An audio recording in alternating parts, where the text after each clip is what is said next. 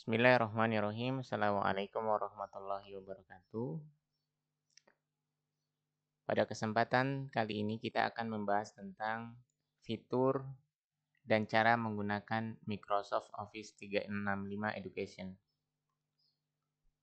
Setelah kita mendapatkan akun yang dibuat oleh admin sekolah atau admin yang sudah meregistrasi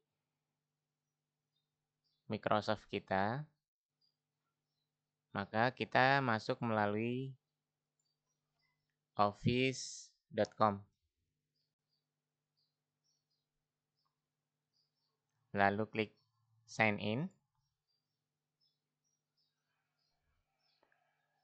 Masuk dengan akun yang kita buat.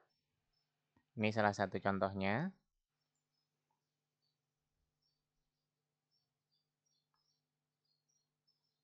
Klik yes.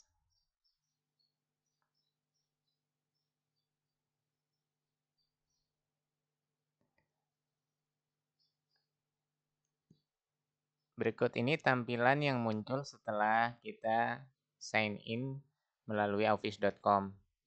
Di sebelah kiri ini ada Office 365, ada Word, Excel, PowerPoint, dan juga aplikasi-aplikasi pendukung lainnya. Ada Outlook untuk melihat email, ada OneDrive, ini untuk menyimpan file-file kita.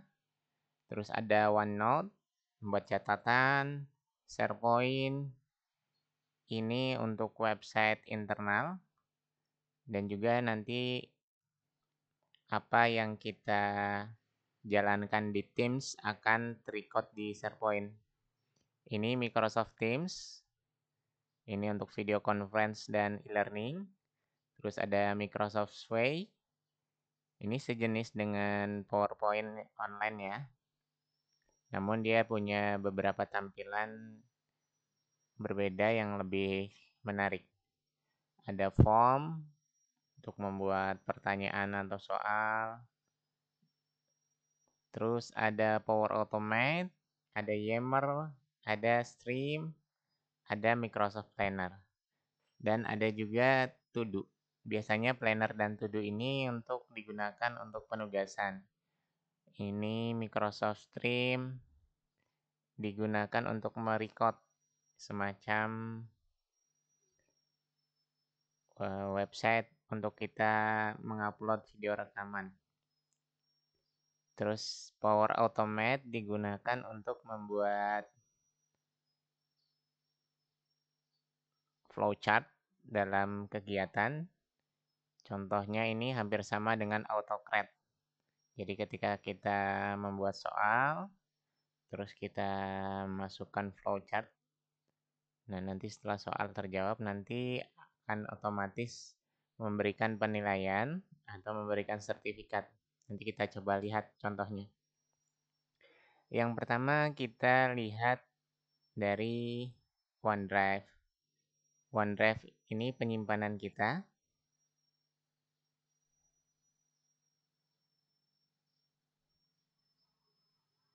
Kita tunggu sebentar untuk membuka.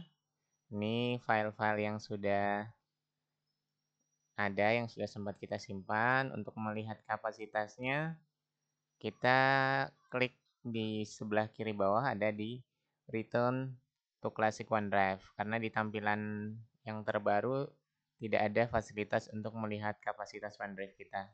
Kita klik di sebelah kiri bawah, lihat arah kursor saya, kita klik.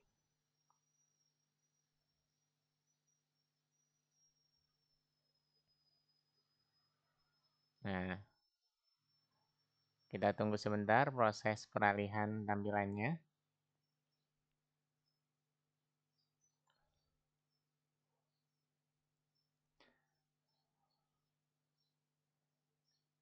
Lalu kita klik di bagian sebelah kanan atas ada setting. Terus kita klik di set setting. Kita klik kiri di set setting.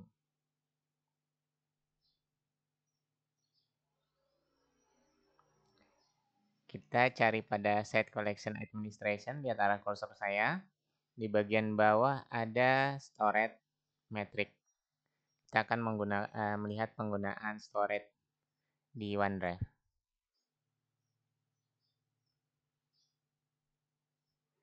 Ini contohnya file yang sudah masuk. Kapasitas yang didapatkan lebih kurang 5 tera ya, 5120 giga. Ini sangat mencukupi untuk menyimpan file kita dibandingkan dengan platform cloud penyimpanan yang lain ya, yang hanya terbatas 15 giga. Jadi ketika kita menggunakan Microsoft Office 365 Education, maka fasilitas ini, penyimpanan cloud ini kita dapatkan. Ini yang sudah di-deploy atau sudah didaftarkan ke Microsoft. Oke, kita kembali lagi. Kemudian kita akan melihat Outlook. Outlook ini email.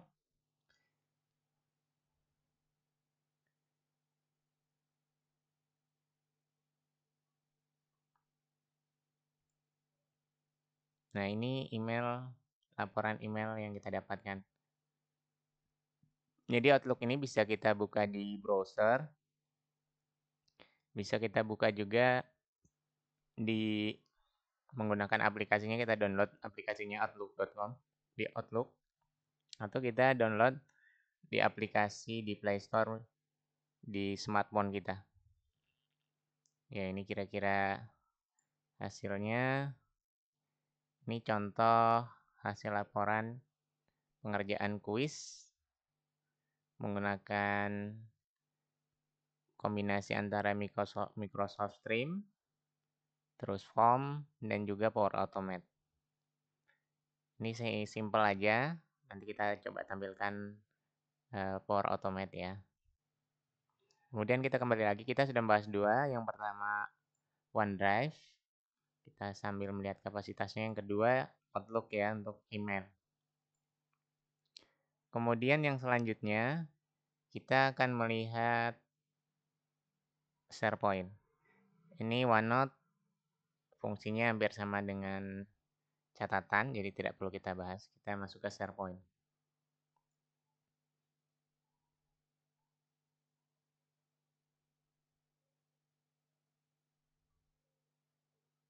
Ini apa yang kita kerjakan di Teams akan ditampilkan di sini. Nanti kita juga bisa membuat site tersendiri, project tersendiri, atau post pengumuman ya, team site, communication site. Perbedaannya ada di sini.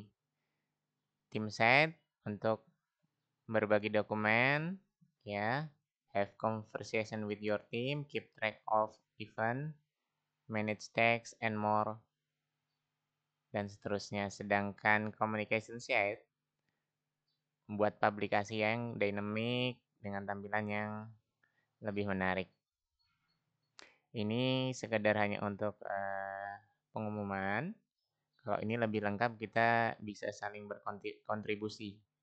Misalnya ada project, kita mengerjakan apa, nanti bisa dibahas di sini. Oke, SharePoint, Outlook, dan OneDrive sudah kita bahas. Adapun pembahasan mendalam, mungkin kita lanjutkan di lain kesempatan. Ini sekadar gambaran umum. Kemudian selanjutnya adalah Teams.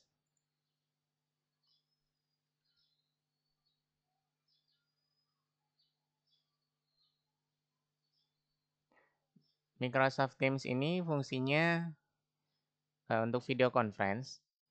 Salah satu fungsinya, kelebihannya adalah digunakan juga untuk e-learning. Nanti Microsoft Teams terhubung dengan Planner and To-Do ya, untuk pelaporan kegiatan. Di sini contohnya, nah ini kita bisa buat grup-grup pembahasan. Kemudian ada aktivitas di sini ya, ada assignment, penugasan, terus ada chatting. Kemudian sama ini ya, assignment, ini kalender. Kalender ini bisa kita hubungkan juga dengan Planner and To Do. Kemudian kita agendakan meetingnya untuk video conference-nya ya. Oke, contohkan misalnya kita klik di sebelah kanan atas ada tulisan schedule new meeting. Kita klik kiri. Kemudian kita ambil judulnya misalnya rapat guru.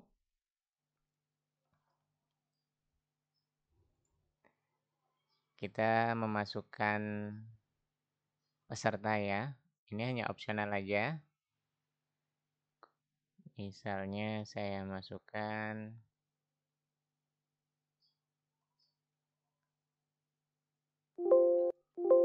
nah, ini yang satu domain dengan kita akan langsung dimunculkan. Misalnya ini, kemudian kita atur tanggal, jamnya, apakah ini sifatnya rutin, kita repeat atau tidak. Ya, ini channel, kalau kita sudah mempunyai channel. Channel ini grup.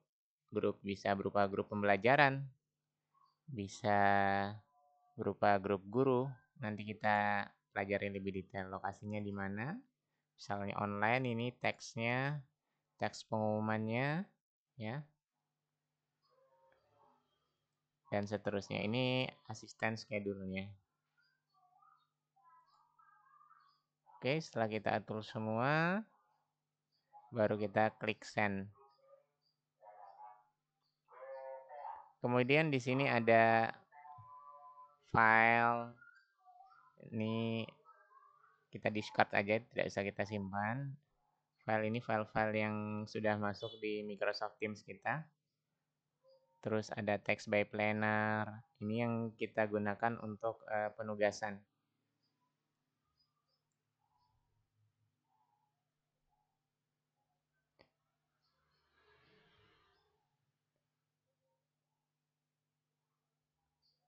Ya, ini filenya agak banyak, jadi rendernya lumayan. Nah, ini ada priority-nya dan seterusnya. Oke, kita kembali lagi. Sudah Microsoft Teams, Way, semacam PowerPoint. Ya, bisa buat portofolio dan selanjutnya form, membuat soal atau penugasan. Atau pendaftaran juga bisa di sini. Ini Yammer mungkin kita bahas lain waktu. Ini fitur terbaru dari Microsoft. Ini Power Automate yang tadi saya bilang ini fungsinya hampir sama dengan Autocraft. Jadi dia membuat flowchart, kemudian digunakan untuk membuat otomatis penilaian. Kita coba klik.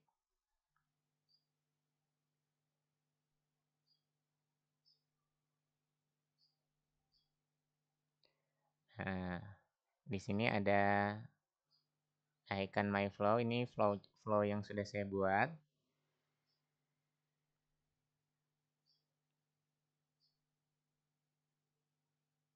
Nah, ini misalnya kirim hasil kuis ethical hacker. Saya membuat kuis ethical hacker. Seperti ini ya. Jadi kalau mau lihat lebih detail tampilannya, kita klik edit di sebelah kiri atas ada tampilan edit, kita klik. Nah, ini tampilan dari flow-nya.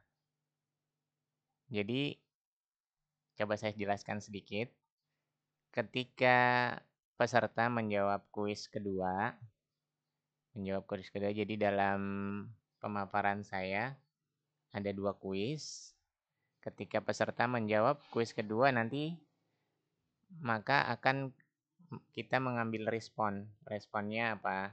Kita akan mengambil respon ID dari kuis pertama, kemudian kita mengambil respon ID dari kuis kedua. Setelah itu mengambil respon user profilnya, ya. Jadi kita di sini respondennya kita ambil detailnya. Ini bisa berupa nama dan email. Kemudian setelah itu kita masukkan ke dalam table. Ya. Display name-nya kita ambil, terus emailnya, terus jawabannya yang kita ambil. Kemudian kita get arrow. ya. Terus jadi sebelum kita membuat flowchart secara keseluruhan, kita membuat dulu table dari penilaian. Jadi pada saat mereka menginput form menjawab kuis kita, dia akan masuk ke table. Dari table untuk mengambil row ini kita mengambil dari table yang sudah kita susun. Setelah selesai dia langsung otomatis mengirim email. Artinya ketika mereka selesai menjawab pertanyaan, nanti otomatis akan mendapatkan laporan ini ke email, ya. Otomatis ke email mereka masing-masing. Nah, ini cuma contoh simpel aja, bisa kita buat lebih menarik, bisa kita desain dulu tampilan sertifikat, nanti kita letakkan posisi nilai-nilainya. Oke, ini penjelasan tentang Power Automate. Kemudian next di sini ada Microsoft Stream.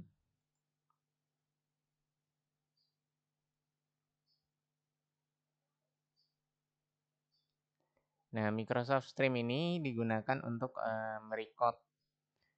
Ya, mudahnya mungkin seperti YouTube ya, YouTube internal bagi Microsoft. Jadi dalam satu domain bisa mengakses rekaman yang kita buat. Misalnya My Content, My Videos. Kemudian kita coba buka tentang ethical hacking.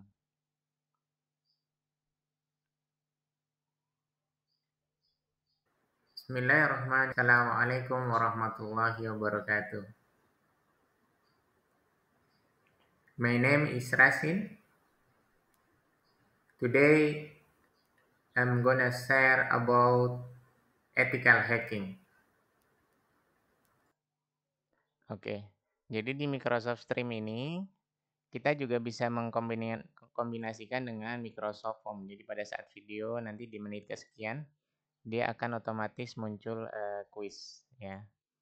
Kita bisa klik di kuisnya, dia muncul.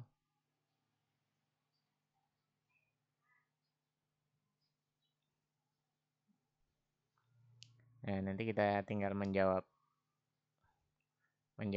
dan seterusnya. Nanti hasil kuis ini kita kombinasi dengan Microsoft Power Automate, dan setelah menjawab kuis otomatis mereka akan mendapatkan nilai langsung ke email masing-masing. Jadi ini sangat membantu guru ya kalau sudah tahu cara membuat flowchart-nya, akan mempermudah mereka ketika membuat soal dan mendapatkan penilaian. Kemudian kita kembali lagi setelah Microsoft Stream ada Planner and To Do ya. Kita coba klik salah satunya. Planner, Microsoft Planner.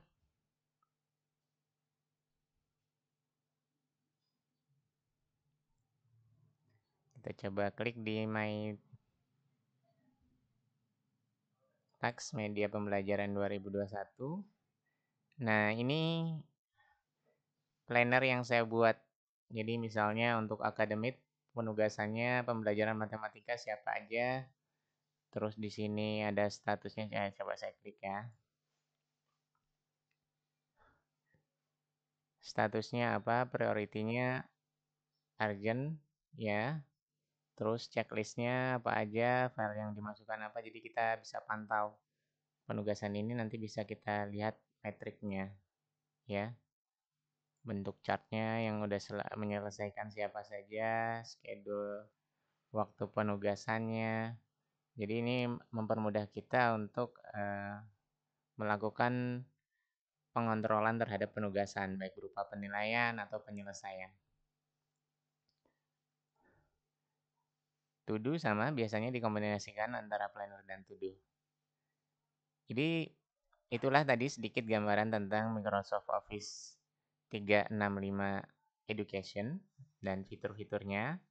Adapun lebih mendalam nanti akan kita bahas tentang Microsoft Teams. Demikian apa yang bisa kita sampaikan pada kesempatan kali ini. Assalamualaikum warahmatullahi wabarakatuh.